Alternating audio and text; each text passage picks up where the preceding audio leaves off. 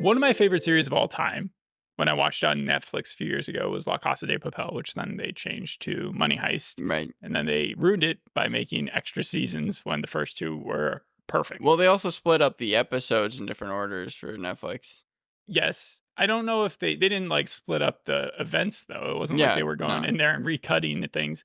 But yeah, I do enjoy Spanish series when the entire time they're speaking Spanish. It feels like I can practice, you know, going back to high school a little bit and getting to read the subtitles and recognize some words and stuff. So Los Azules or Women in Blue. Women in Blue.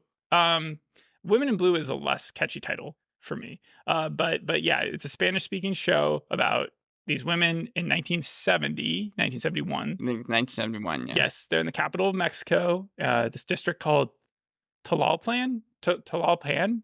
I don't know where it is. And it's this fictional period piece, sort of loosely based on reality, where they need a new chief of police, who is actually the campaign manager of the new president, has decided to come in, shake things up a little bit, make the police, give them a little bit of a glow up by getting rid of the corruption, the violence, the idea that the community has against them, which is basically fuck the police, and embracing this community image of we are here to help. And so they say, we're going to make a police academy that's accepting of women. And so you have all these applicants coming in with all their separate lives and drama going down. It's a PR stunt, right? Well, I think that the campaign manager, the chief of police, sees it as both a stunt, but like an image issue. But also, I think he does want them to do the job. He seems like their biggest supporter, while everybody else in the agency considers it a stunt. Even the husbands and the boyfriends and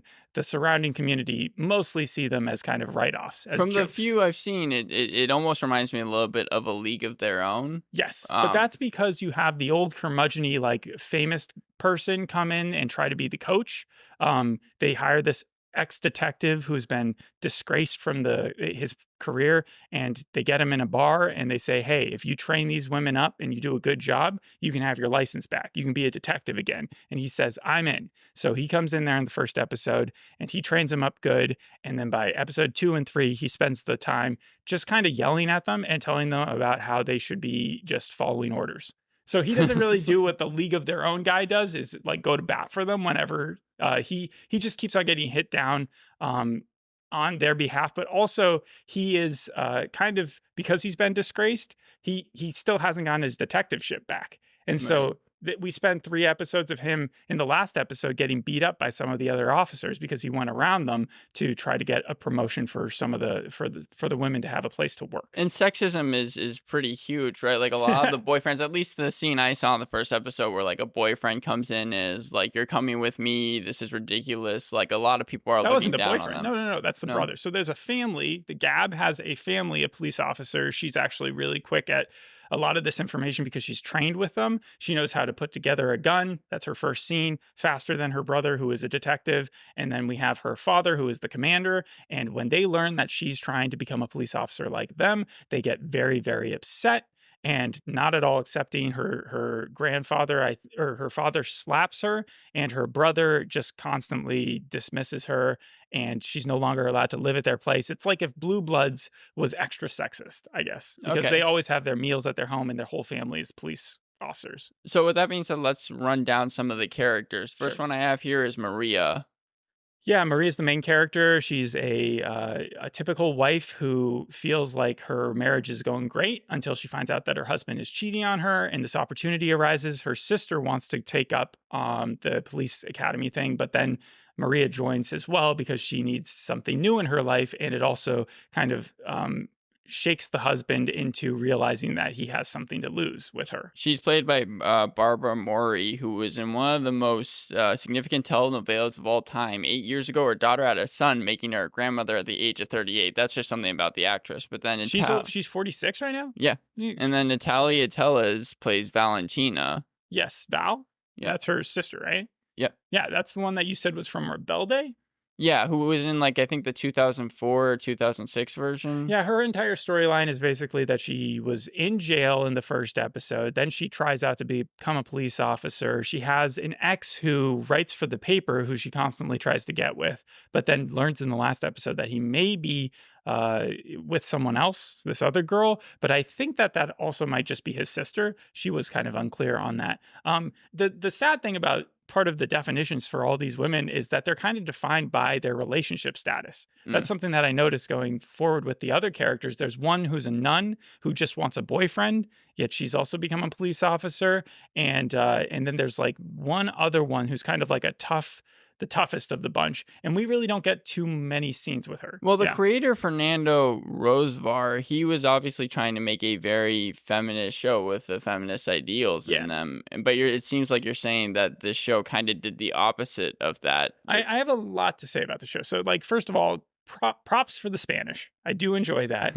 Props for producing it on Apple. It always looks pretty amazing, but this was clearly filmed in territory, I guess, in Mexico. 82 locations all around Mexico, including Mexico City, the state of Mexico, and Puebla. And then also the fact that it's a period piece, so it looks really official. It's kind of like The Sympathizer or Lady in the Lake or Eric, where a lot of money has been spent to try to make this stuff look really good. Well, I'll get into it later, but this was inspired by true events. However, a lot of the documentation was only about what the women who were signing up for this cop thing, what they were wearing. So when it came to like the costumes and stuff, they were able to actually figure out just from articles. One of the funniest jokes of the entire thing was when they're on the bus and one of this little girl turns to them and says, like, you guys are like, you have my favorite job or whatever. And they have their badges on. But other than that, the what was it? The person who was the mom of the girl turns to them and is like, "What airline do you work for?" Basically. No, so, and that's because they look like they're in uniform, and that's something that Fernando Rosevar, again, the creator, was talking about. They looked like they were in Pan Am. Sure. Yes. No, I get that too because Pan Am had that TV show too. They also had the blue uniforms, right?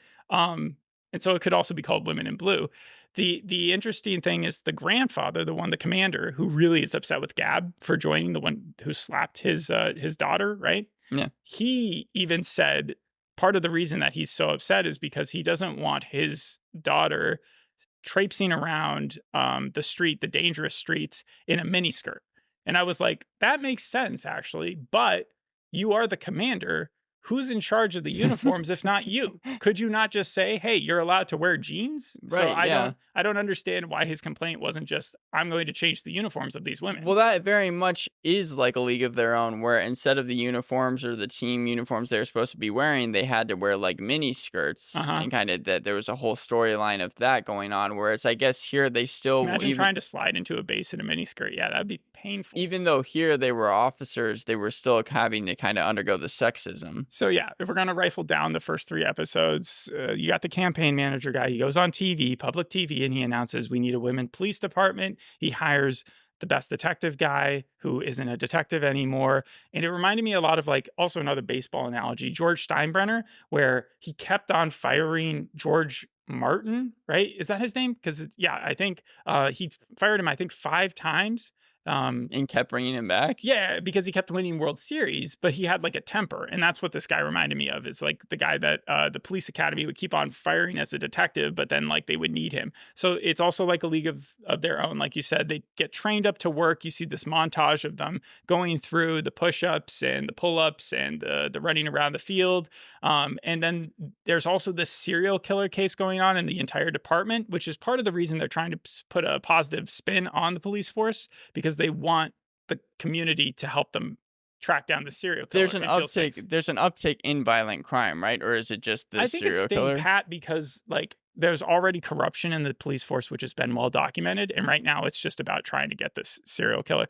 There's a lot of fear in the community, obviously, and so the police in the second episode, after these women officially get their license to be cops or whatever, they bring in this dude who's like mentally unstable or just does not have the capacity to have actually killed the women, and they immediately pin it on him. All the guys, they pin it on him, and then he ends up dead. And it reminds me a lot of Lady in the Lake, where they take the guy who clearly didn't have the ability to kidnap the girl or murder the girl, and they just pin it all on him. The women are just aghast. They're like, how could this happen in our police force? And so they start to do their unsupervised, unauthorized investigation themselves, led by Maria. By the third episode, they're presenting their data, which includes an interview with the guy's mom, who said he was kicked in the head by a horse as a kid, so he wasn't able to like do anything from write with the pencil to drive a car. And they know for a fact that the last time that this Paula woman was seen, his latest victim, the undressing killer or whatever they call him,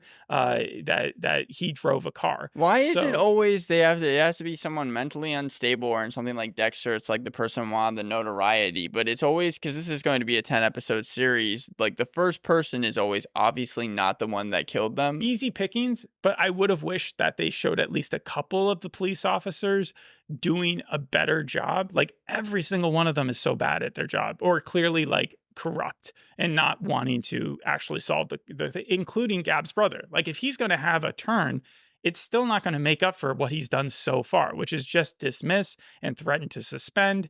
And it feels like a lame opportunity there if you don't have at least like one dude fighting for it. I was going to say, aside from the main characters, you're saying that all the male cops were just like, it's him 100%? Yes, 1000%. Yeah, that's what they do. In the third episode, they say, hey, you guys got to drop this or else you're going to get suspended. And then Maria still attends the last lady's funeral. And in the next episode, you can see that there's going to be more killings the same way that the undresser did it, because he's clearly still out there, but they're going to assume it was a copycat, the dudes in the so there's all that going on. The show reminds me of a lot of other shows, not just, but specifically I would say the most it reminds me of is the For All Mankind episode I think 3, where NASA, this is the description, NASA must recruit female astronauts after Russia lands a woman on the moon. So that was like a PR stunt as well. That's when they have to undergo all those tests, right? It's literally called Nixon's Women. So it was supposed to be this political stunt. Same issues. You got sexism, camaraderie of the women. They have to do the tasks to like build up their tolerance and stuff. But the difference in For All Mankind is it was so much more entertaining because they seemed so much more real, and it seemed like such a more dangerous. Like they were trying to become astronauts. That was such a huge bar to hit. And they had already had some that were like really grizzled trainers, pilots who had shown their grit. And you also had the old curmudgeon guy, but he was in charge of NASA at the time, or the PICS. So he wasn't like a guy who could just be surpassed at any moment, like this detective dude here. I don't think I'm doing it justice, but in one episode, they were able to achieve, I think, what this show has been trying to do in 3. And so I do have a couple like big overall complaints that I think kind of embrace the show. But the first one is I don't think it's committing enough to what it wants to be. So these women are in training, right? They're supposed to become police officers. You know, the police academy, even in the 2012 movie, the one with Jonah Hill, right? 21 Jump Street, 21 right? Jump Street, yeah. You see them going through the tests and having to do the push-ups and having to, they're able to do a montage of that in a funny way, which kind of shows you that the extent of the progress. This was different because it showed you like a couple days worth of montages, but the women never seem like they're getting better physically. Like they're always shown doing like one push-up before flipping to something else. They're never shown like running super fast. They're always like in all makeup, and like it doesn't feel like, I think they were swimming in one scene, and then in another one they were skydiving, which doesn't really seem relevant to I remember their job. With Class of 09, they did the first 2 episodes on them, just the training in general, where it's like they had to run under a certain amount of time in a mile. Yeah, but the part of like the that. coolest parts of these things is seeing people get cut. It's like in Hard Knocks, you wait and you see this tragedy of like someone trying really hard but just not being able to muster it. This is supposed to be a curmudgeon detective guy who's like hard on them, but like he never pulls one aside and says, you got to get out of here. They pass that skydiving test and suddenly they're all in. And even the one that doesn't want to do the skydiving test, he still like Maria? kind of That's the main forces. character. Yeah, he forces to go out, right? Yeah, and then Maria's storyline is the weirdest too, because they don't commit on her not being married. So she finds out that her husband is cheating on her, and instead of leaving him and deciding to do like, or Yeah, they keep on saying she's going to miss time by doing all this police activity. But we see her going to dinners with her husband. We see her attending funerals. We see her throwing unauthorized investigations. She seems to be everywhere she needs to be. And that's impressive, yes, but it doesn't fit the narrative with how they're trying to sell of like she's no longer there. There was one time in the second episode, I think, where she was late for dinner. And that was it. Like the guy was super upset about it, but like that was the significance of her job impacting her rest of her work. So it just doesn't seem like it's going through the real hardships of what cops or women had to go through in the 70s, It's like right? it doesn't know what avenue it wants to turn to. The women are really, really mad that they don't get guns in the second episode, but it doesn't feel like they deserve guns because we haven't actually seen them or believably seen them become cops.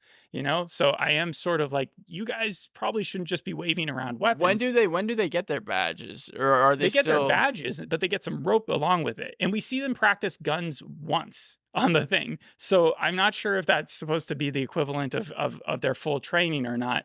The sister that I was Val, right? Yeah. If she's in jail one day and then the next day she's applying to become part of the police academy, like isn't there a law against that? If you've been put away for like if you have a criminal record, Yeah, I can't don't just think you would be become able to be a can you? cop, yeah. Even in the 70s. There's also these like leaps in logic that don't really make too much sense. Like for instance, in the second episode, Maria has stumbled across the dead body of Paula. Paula's sister had already reported her missing, but the police had kind of like brushed that under the rug. And then they call her sister to come in and identify the body. And what happens is she comes there and no one has told her that Paula is dead. And so Maria finds that out and she has to console this lady. She has to tell her, break the news, and then she has to take her down to the morgue and they have to identify the body, right? And then after all that's done and Maria has clearly like done the task of 3 different cops, what Right. they should have been responsible for. She drives her home and Maria is asking these questions. She's the only cop that seems invested in this case. And she says, okay, where was your sister last seen? What was going on? The person drove a car. This was not normal behavior for her. And the main sister, or the sister of Paula turns to Maria after all this. And she's like, are you calling my sister a slut? Like it came out of nowhere. It was in the loosest way she could make that connection, but then she gets dropped off and she decides to call the precinct and then try for 2 hours to report Maria. It made no sense. For something like, that she didn't even they say. could have yeah. actually had Maria written in to do something bad and it would have made more sense for them. But instead they just have every time the girls try to do something to help out, they're constantly bashed. And I feel like that's just overkill to what you need to show to make that point. Also, you were talking about how Maria is doing the job of like 3 cops. It reminds me.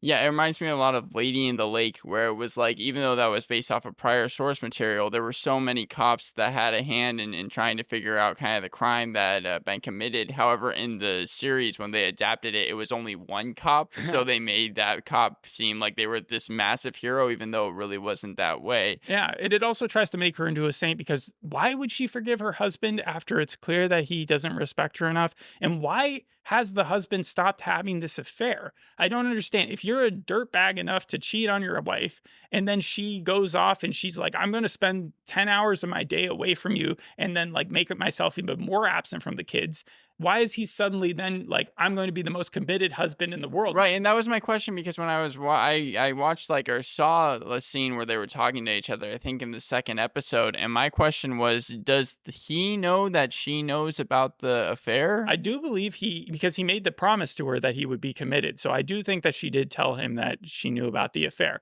He in return says, I just got this promotion in the 3rd episode. You need to stay quiet about being a cop because people misjudge us. And also my boss might not be that cool with it. I don't 100% know what he does, but he goes to Acapulco a lot. Acapulco? How do you say that? Acapulco. Okay, thank you.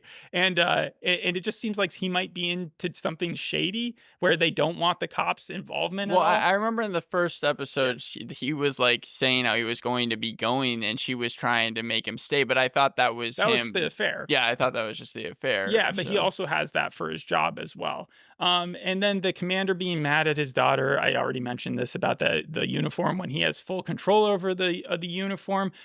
the show just doesn't know what it wants to be. It could be a murder mystery because they've shown us so many scenes where there's the serial killer going around. And in the last episode, we kind of get a hint that the serial killer is this guy who's obsessed with this lady who sells him shoes. So we may have already seen him. It also sort of wants to be a buddy comedy with these women. They're in the park. That's their beat. They're flipping coins whether or not they're going to help a kid find a dog. Like, it seems like as police officers, they're very immature. It could be Hidden Figures because it could be just about breaking the ceiling. Right. That's what I thought the show was going to be. Very like a more serious note to it. The poster is almost a little bit kind of like Hidden Figures. How I Met Your Husband is like another one because it feels like sometimes it then takes a curb and it's like, okay, show every single girl and what relationship status they're in and how they got there and the husband's lives or the boyfriend's lives at the same time. I don't know why we're following all of them. Then we followed the husband's promotion in the last episode. So why is it doing that? Not sure. Will the teacher ever become a detective again? Instead of just saying, okay, we're going to have this highly elite detective train these girls, and then he's going to be sort of a shady figure this entire time. They're making such a big deal about him trying to get his badge back. Too much going on. And then there's also this main character, the Maria storyline, where she as a kid went through some trauma. I think one of her other sister may have died, or she may have been responsible for someone else's death. And we just see flashbacks of her as a kid and she's crying and she gets those whenever she sees the body of Paula. And it makes no sense why they needed to include that here other than just more drama being thrown in. And the episodes, it wouldn't be so bad if the episodes weren't all 55 minutes. They drag on for a really long time. And if you think I'm talking about it a long time, it's nothing compared to all the scenes that they could have dropped. We don't need the significant other storylines. We don't need the baggage of the teacher. We just want to, like, if they just concentrated on the serial killer and these women and how they played a part into it, I think all the other stuff could have been addressed with more nuance. So what would you give the show out of 10? I wanted to give it a passing grade, but like, I think somewhat like a 4.5. Like, this is just a little bit below average because I cannot recommend it. It looks great and it's got the Spanish, like if you're trying to test out your skills, watch it for that solely. But like overall, I just don't see there's too much going on and not enough that you should actually care about. I think the series was fighting a uphill battle because the creator, he has directed just recently Hotel Cocaine, 2 episodes of that. He also produced Control Z, the series that came out in like 2020. But the problem with the series, or at least what I see, was that, like I said, there was so little documented about kind of the task force that was made with the female police in the 1970s. I think there was even a little spot in the 1930s where they tried to do the same thing, and the serial killer storyline was entirely made up, and it was for a deliberate purpose. Yes, why is the serial killer called the undresser? Because he undresses women, I get that, but most serial killers don't leave their victims clothed, right? Like even the most recent one that we did, Presumed Innocent, the guy undressed her, right, and then tied her up. So like, every time we see a dead body on the screen, it always feels like the images always show them practically nude. I don't know how undresser really is a great term for the serial killer. The creator said that it was for a deliberate purpose to contrast the rise in female workforce participation with the growing violence against women as well, because it's only women that the serial killer kills. Yeah, it's implied that like this guy is asking girls on dates and then he's murdering them, and then somehow no one's keeping track of who he is and he's not leaving fingerprints. And when it comes to the characters, they are mostly fictional as well. Yes. I know that they were able to find some of the people, like a couple people that actually were actually people in the task force in 1970, so they did get some first-hand accounts as to what actually happened. Life on Mars did a similar thing where the guy gets shot back and he's living in the 70s and he's seeing the police in all their like the negatives about them because yes, they're more inclined for corruption. They smoke, they do things that like we would not see nowadays. They skip over some relevant information, facts and stuff that they should take account. They're not as careful with the bodies, but these women were just as bad. Like when they found that body, they put like a tarp over her. Like I think they used one of their jackets and they had just been through training. So it's like they either weren't trained well or they're just not prepared for it yet. It did not feel like anybody had a good heart besides the women. And at least in Life on Mars, kind of the thing that you were supposed to learn there is that, like, yes, these are bad police officers, but ultimately they were trying to do the right thing.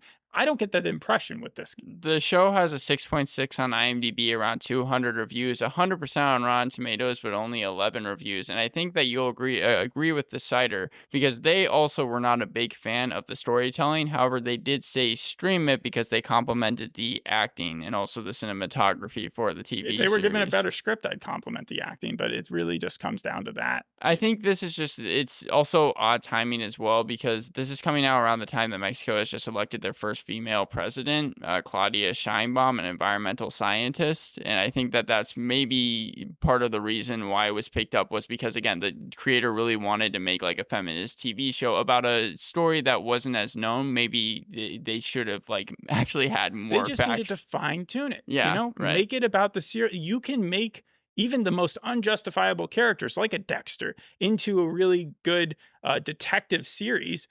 We've been doing detective series all year. This is one of the worst ones because we don't get enough of them. They just interview the mom. Like, that's the most, and then they get lambasted for it. Like, that's all you see. They get in so much trouble because they're like, we did the first steps of an investigation here.